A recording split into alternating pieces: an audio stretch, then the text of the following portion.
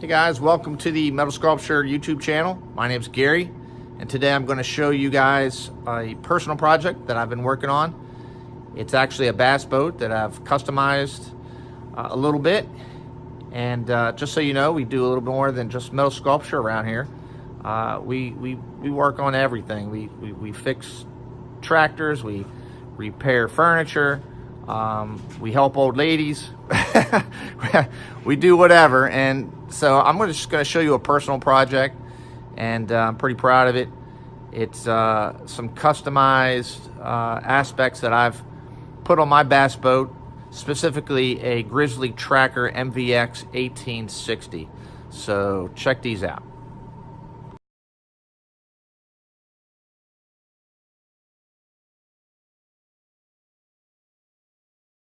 Okay guys, so to make this quick, I'm just going to show you the highlight of this video and the unique customization that I put on this MVX 1860, and it's really in the back here. So I'm going to remove this seat real quick and just show you this platform in the back.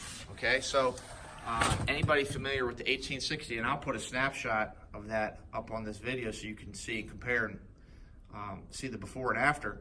But this is all a custom build right here, all 50-52 aluminum. I believe that's 50-52, yes. And it's all flat sheet metal that was formed and made to create this drain area and this platform and this hatch right here. So this hatch opens up, gives you lots of storage space in the back, and it's really nice for the guy in the back, or the girl, who is sitting in this chair here and wants to stand back here. It gives you a lot more space. Now this, you're probably wondering, what the heck is that then, right? So this is the this is the gas fill valve, and this is all custom made as well. So I put that on the back. That's where you fill the gas, and anybody familiar with the MVX 1860 will probably tell you, well, where's the gas tank? They don't give you gas tanks. I mean, normally when I bought this boat, I had to put a 5-gallon red gas tank in this open area right here. I was like, I'm not having that. So what I did was I assessed this platform. I was like, you know what? Why don't we put a gas tank right in there? And that's what that is.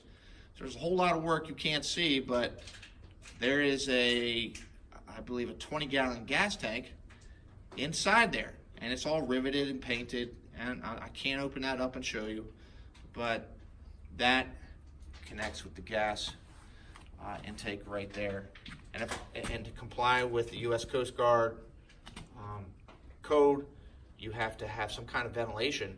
If you have a gas tank that's hidden or under a compartment, you have to somehow vent that. So this, I had to install this vent, and it's connected to my dash up here, where if I push that, you probably hear that.